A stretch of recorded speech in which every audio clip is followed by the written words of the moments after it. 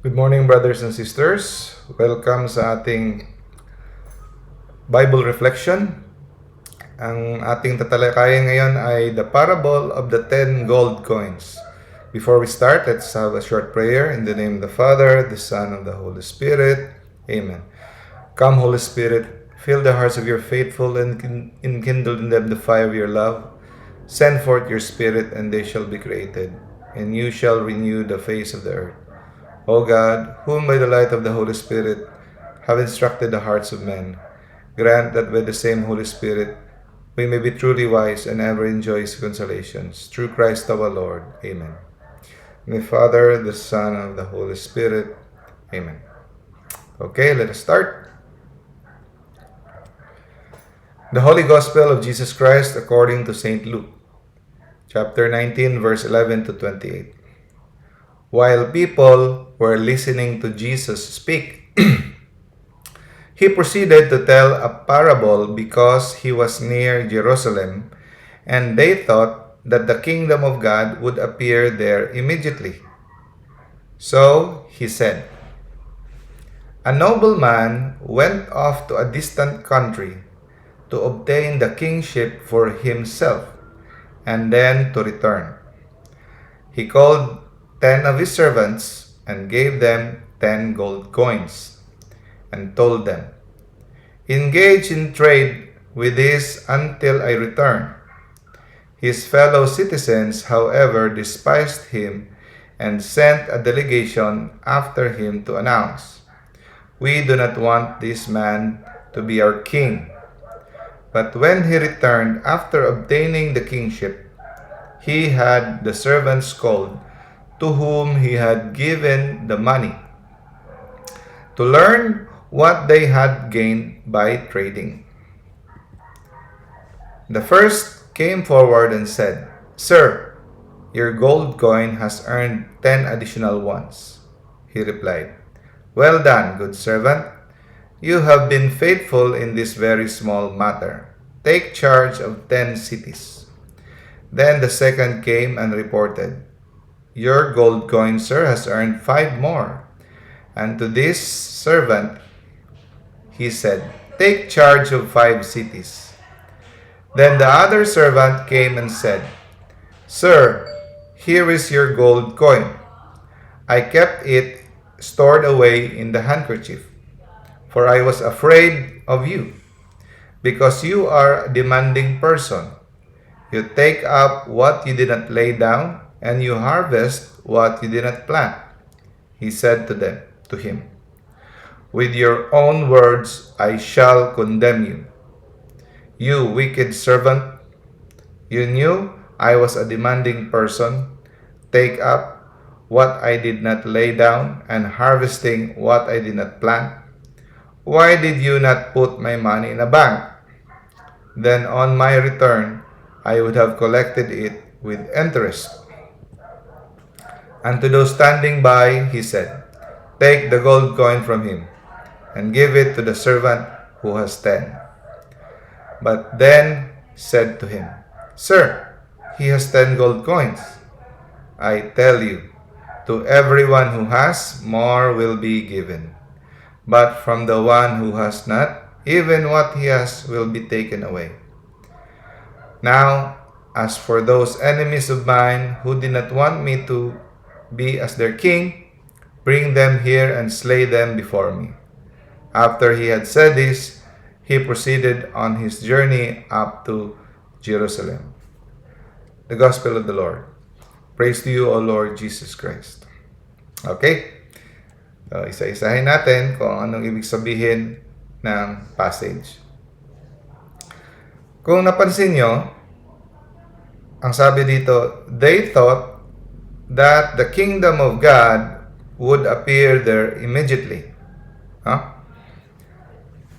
Kaya na sinabi natin the other day, akala ng mga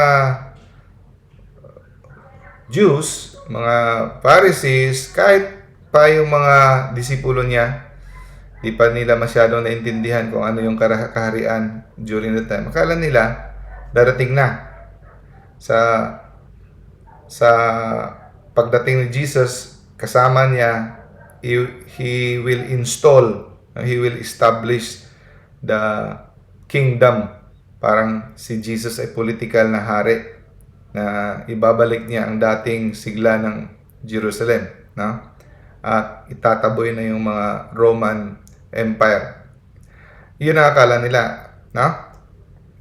Kaya nga, kung napansin nyo, maraming mga tao na sumusunod kay Jesus. Ngunit sa panahon na si Jesus ay ipinako, kasama silang sumisigaw. Ipako siya, ipako siya. Bakit? Karamihan sa kanila nadismaya, na-disappoint kay Jesus. Kasi akala nila siya na yung hari na magdadala sa glory of Israel balik. Pero yun pala, pwede lang palang saktan, pwede lang palang igagapos, pwede lang palang ikulong. So, part of it, nadismaya sila, and then also, gusto nilang i-challenge, no? Gusto nilang i-challenge si Jesus na ipakita ang kanyang kapangyarihan. Yun. So, dito natin na establish na everybody is expecting ang kingdom ay darating na. Okay?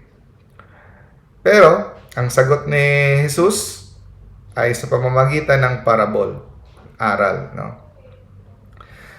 So, ang kwento nagsimula sa isang negosyante, isang mayaman na pumunta sa malayong lugar, no?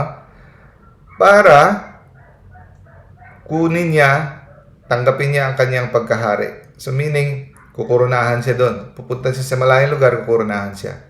Ano ibig sabihin nito? Ibig sabihin nito,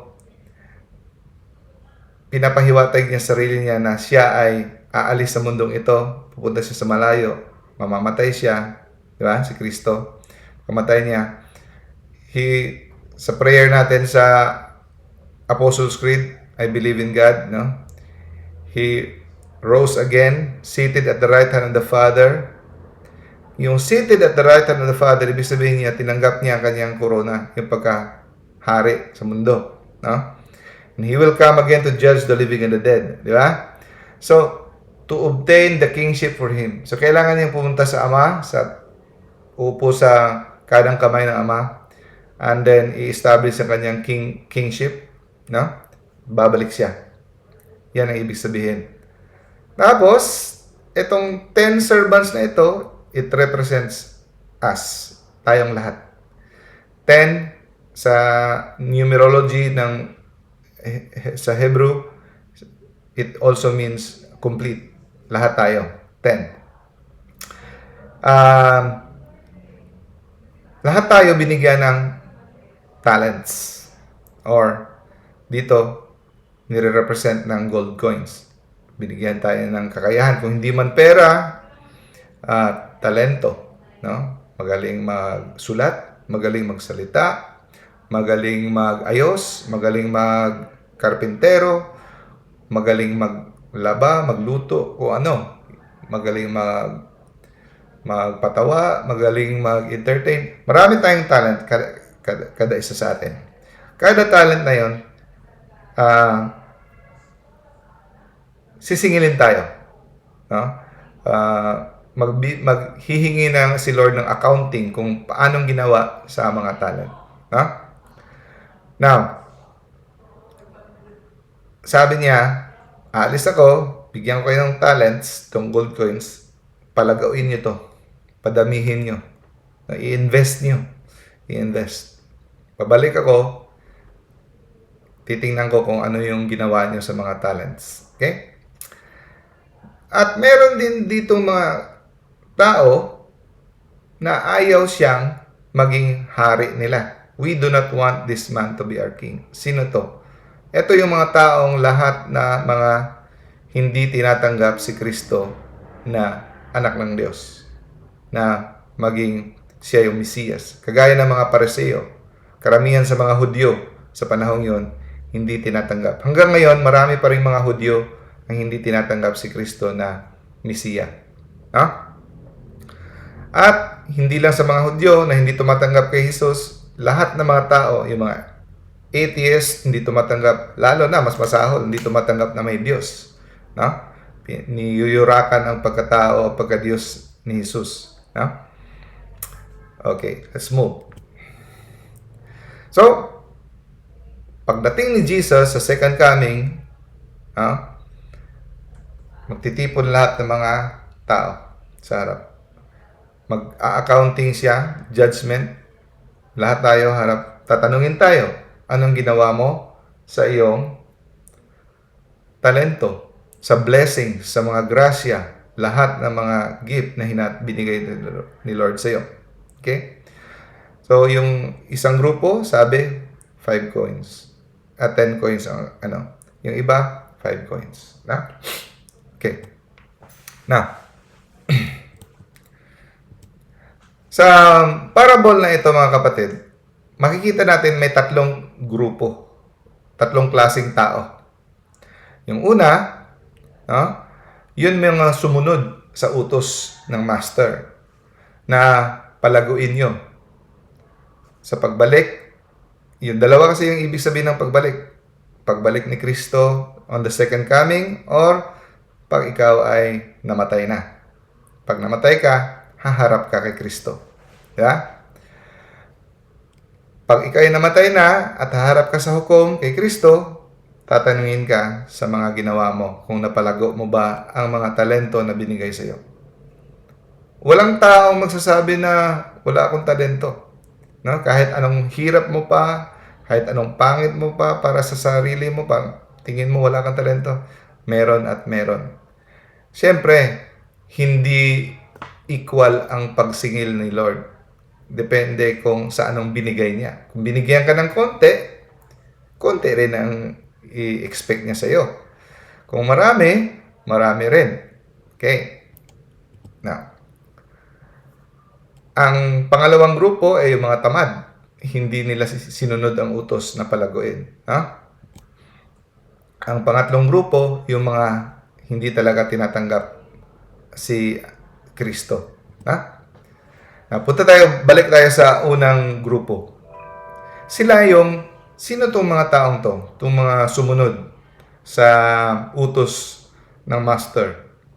Ito yung mga taong nagtaguyod na lumaganap ang kaharian dito sa mundo. Yung may mga malasakit sa mga kaluluwa ng kapwa-tao. At hindi lang malasakit sa kaluluwa, pati rin sa pangangailangan ng katawan. Yung tinatawag na corporal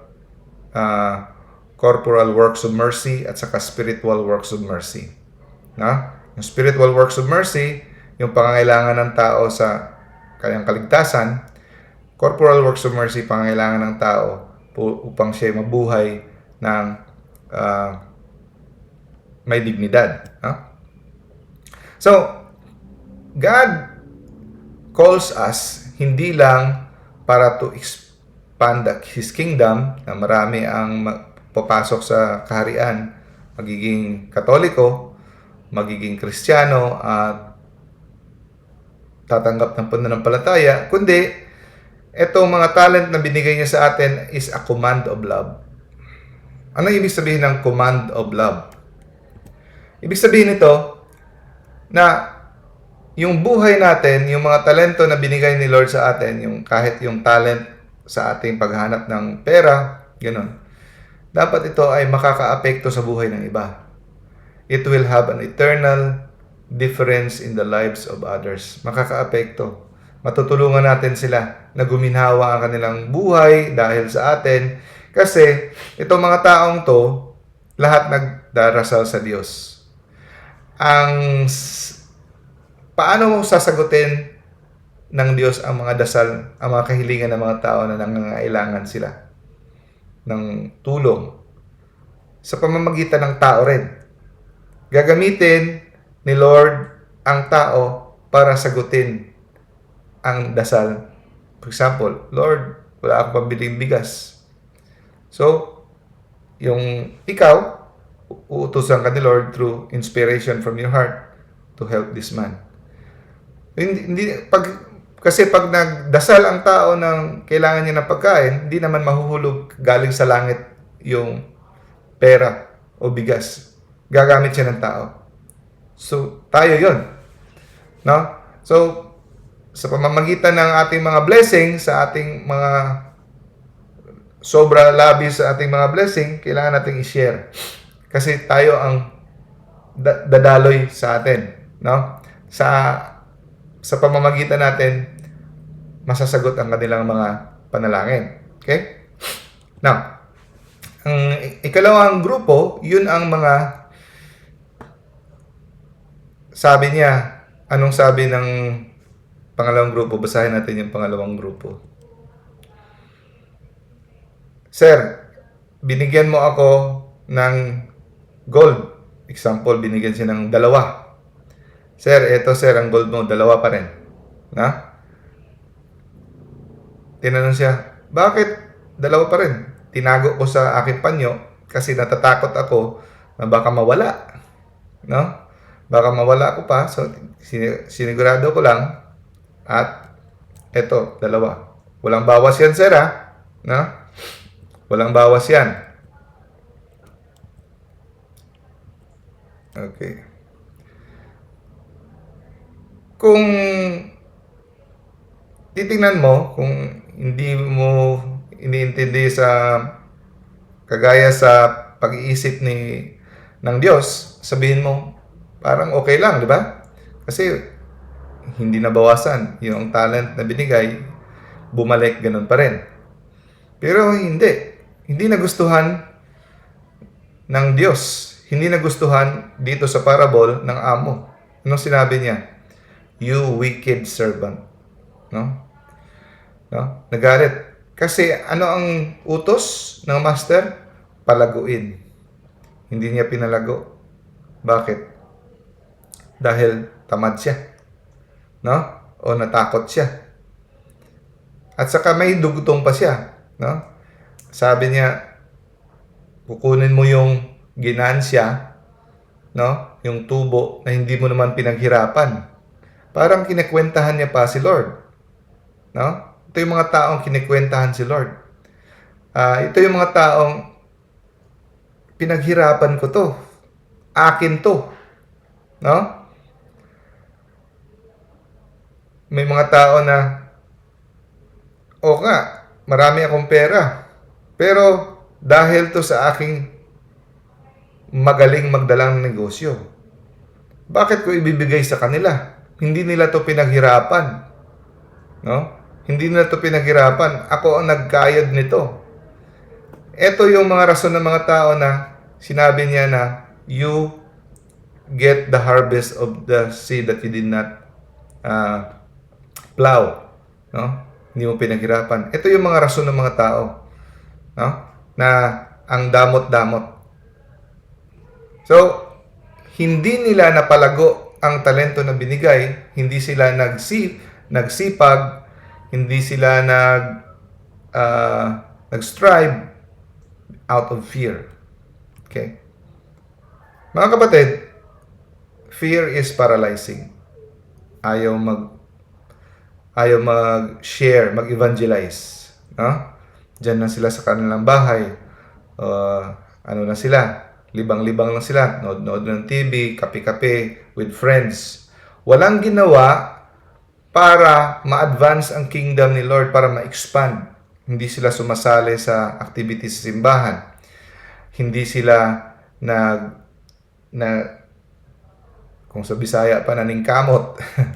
Hindi sila nagsisikap na i-share ang kanilang faith. Kahit naman lang mag-volunteer na magkatikisim, kahit naman lang i-share yung faith nila sa friends nila, sa office mates nila, o sa pamilya nila, wala. Hindi tumubo. Binigyan sila, naging doktor sila, naging engineer sila, naging teacher sila, naging pare sila, naging attorney sila. Pero hanggang doon lang. Dapat gagamitin yon para to expand the kingdom, no? Pero walang nangyari. At marami ang rason nila, sabihin nila na, ay, wala akong talent dyan. Hindi ko gift yan. Hindi ako magaling magsalita.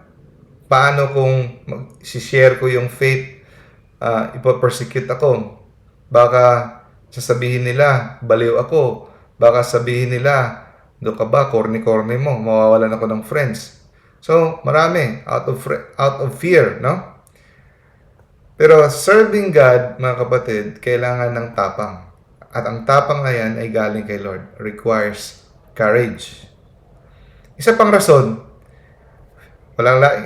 Maliban sa fear, laziness, tamad. No? But God demands us to go out of our comfort zone. Hindi yung magsiserve lang tayo dahil maganda yung feeling natin. Siserve lang tayo pag hindi na-istorbo ang ating kasiyahan, hindi na-istorbo ang ating schedule. Hindi. When you serve God, mai-istorbo talaga ang iyong schedule. Mai-istorbo talaga yung pagtulog-tulog mo. Hindi ka talaga makapag-relax. Papagod ka talaga. Yung iba, gusto ko mag-serve pero ayaw ko yung napapagod ako. Ayaw ko yung nababawasan ang time ko sa mga enjoy-enjoy. No? Mababawasan talaga. No? So, pag hindi na komportable ang pag-serve, hindi na dahil sa laziness. Ito yung mga taong yon. At isa pa, selfishness. No? Kasi, lumaki tayo sa maling akala. Kasi, nakatatak na sa utak natin na pag ano yung pinaghirapan mo, para sa'yo yan. Meron kang karapatan na sa'yo lang talaga yan dahil pinaghirapan mo yon. Tapos, bukang bibig mo pa, ang laki-laki ng katawan nila. Laki-laki na ng katawan nila, hindi nagtatrabaho, hindi ka tutulong. Gusto mo pala lahat, butot balat lang talagang tutulungan mo. Di ba? Maraming tao na hindi butot balat pero naghihirap na kailangan nating tulong. So, maling akala, dapat baguhin natin yung mentality natin. Dapat, mula ngayon, isipin natin na lahat na nasa atin, tayo ay tagapangasiwa lamang. Manager, hindi to sa atin. Kahit yung abilidad na magaling kang magpalago ng pera, na magaling kang maghanap ng ideya ng negosyo na palago mo, galing kay Lord lahat yan. Hindi yan sa'yo. Wala kang talento na galing sa'yo mismo. Galing kay Lord. Binigyan ka niya ng dunong at talino, mga oportunidad, no? Mga ganon, para ibahagi. No? Para ibahagi sa iba. So that is not yours alone. No? So, baguhin natin. Simulan natin baguhin. So, God is a demanding God. At hindi niya tatanggapin ang ating mga rason sa ating fear. It is not acceptable. Dahil natatakot. Dahil bigyan tayo ng virtue of fortitude. Binigyan na tayo ng tapang. Kailangan nating i-build up ang kingdom. Palaguin at palaparin hanggang lahat ng tao maaabot ng kaharian ng Diyos. Ang pangatlong grupo, yun ang mga taong they reject Jesus. They reject God. There is no God. Jesus, yung ibang mga relihiyon, di na tatanggapin si Kristo na Son of God, the Messiah, the Savior. No? So, anong sabi ni Jesus sa Gospel of John? Those people who do not accept Jesus is already condemned because they did not accept the only Son of God. Kaya sa mga nagsasabi na pare-pareho lang, basta gumawa ka lang ng mabuti sa kapwa mo, maliligtas ka. No.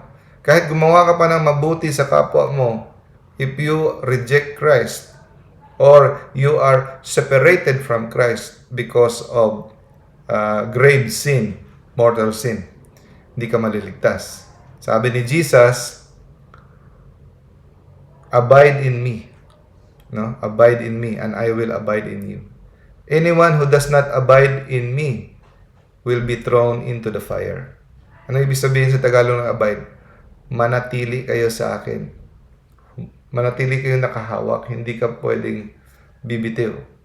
So kahit Kristiyano ka, pero bumitiw ka sa kay Lord dahil sa iyong paggawa ng mortal na kasalanan at hindi ka nakabalik sa pagsisisi sa pagkumpisal, hindi ka maliligtas. I tell you, everyone, anong ginawa ni Jesus sa mga taong tamad? No? Yung talento nila, kinuha, binigay sa mas marami. Tapos ang sabi, may nagreklamo. Meron na siyang 10 coins. Bakit pa siya bibigyan ng dagdag? Anong sabi ni Jesus? Kung sino may mga maraming nagawa, dadagdagan pa ng gantimpala. So, at sinabi dito, you will be in charge with 10 cities. Ibig sabihin, pag tayo namatay at tayo napunta sa langit, bibigyan tayo ng responsibilidad. We will be in charge. No? Sabi nga sa Bible, you will judge the angels. No? So, hindi natin alam kung anong klaseng responsibilidad yan, basta pagkakatiwalaan tayo. Bibigyan tayo ng malaking posisyon sa langit. At yung mga wala na, kasi walang ginawa, kahit yung kunting natitira sa kanila, kukunin pa. At pwedeng mangyari yan kahit dito pa sa lupa, kahit buhay ka pa. Binigyan ka ng talent. For example, gift of faith. Yung faith mo, hindi mo pinapalago. Hindi mo pinapractice, hindi ka gumagawa ng act of faith. Yung mga grasya na actual grace na pinapadala sa iyo every day, hindi mo ginagamit, hindi mo tinatake advantage. Ang mangyayari yan, kukunin niya ni Lord at ibibigay sa mga taong ginagamit ang kanilang faith, ginagamit ang kanilang talents. Kaya hindi kayo magtataka, maraming mga tao na walang nalalaman sa pananampalataya, mga Katoliko, walang nalalaman, nagbuhay makasalanan, lalong pumapangit ang kanilang ugali at lalong nagiging bobo sa pananampalataya. At ang kanilang pag-intindi ay lalong lumalabo kasi that is punishment from God. If you reject the grace from God, there will come a time na kahit yung konting nalalaman mo sa pananampalataya, mawawala. Kaya, if you feel na si God ay binibigyan kanya ng mga inspirations, huwag mong tanggihan. So, let us reflect. No? Tanungin mo sarili mo, meron ka bang malaking pagnanais na matulungan mag-expand ang kingdom? Or kontento ka lang dyan sa bahay mo, kumikita ka lang, kumakain ka lang 3 times a day, makapagsaya-saya the weekend, yun lang. Number 2, are you willing to do all? No? Willing ka ba? Gawin ang lahat para to build His kingdom? Responsibilidad natin lahat yan. Hindi lang yan para sa mga pare. No? And number 3, are you willing to make sacrifice? Kahit yung personal mo na convenience ng time mo, masisira yung time mo, maaabala ka, willing ka ba? Kasi ginawa tayo yun ni Lord for a mission. Hindi ka ginawa dito para mamuhay lang. Tutulungan to bring as many people as possible to God. No? Now, so kung ikaw ay ngayon takot, tamad o madamot, no, to evangelize kasi hindi ka pa nakapagsimula, ask God, no? Ask God to help you na kunin ka niya sa ganyang sitwasyon. Na habang may oras pa, habang buhay ka pa, okay pa yung kalusugan, simulan mo nang mabago. Na you now start to live for the kingdom. Start to build the kingdom. Lahat tayo ay may responsibilidad to build the kingdom. No? So we have to engage in apostolate. Dapat lahat tayo may apostolado. No? Pwedeng mag-join ka ng grupo, pwedeng hindi, pero apostolado mo, pwedeng private, pero mas maganda kung may grupo. No? And then, commit yourself to further the kingdom of God. So let us pray. In the name of the Father, the Son, of the Holy Spirit. Amen. Lord, you have entrusted me with much, and you demand that I use all that you have given me to help build your kingdom of grace. What a privilege it is to be called by you and used by you for this apostolic mission. Please free me from all fear, dear Lord, so that I will never hesitate to serve you in the ways that you call me to serve. Jesus, I trust in you. Amen. In the name of the Father, the Son, and the Holy Spirit. Amen. Munti ko makalimutan. By the way, brothers and sisters, hindi mo pwedeng ikumpara yung sarili mo sa kapwa mo. Kasi kanya-kanya tayong talents na binigay, mas maraming talents, mas stricto si Lord. So sa mga mas mayayaman, mas stricto si Lord. Kaya wag kang sabihin, nagbigay ako ng 20,000. Tapos siya, yung kapitbahay ko, nagbigay siya 5,000 lang. Mas malaki yung points ko. Hindi. 5,000 lang ibigay niya, pero trabaho niya, karpintero lang. Ikaw, milyonaryo, 20,000 lang binigay mo. Napakaliit yan ikumpara sa kinikita mo. Kaya mas malaki ang binigay sa iyo ni Lord, mas malaki ang in-expect niya. Okay? Kaya hindi ka mababahala kasi mahirap ka, ito lang yung nabigay mo, kasi titignan ni Lord kung gaano rin ang kinikita mo. No? Hindi siya mag-expect too much from what you have. Okay? Okay. Salamat.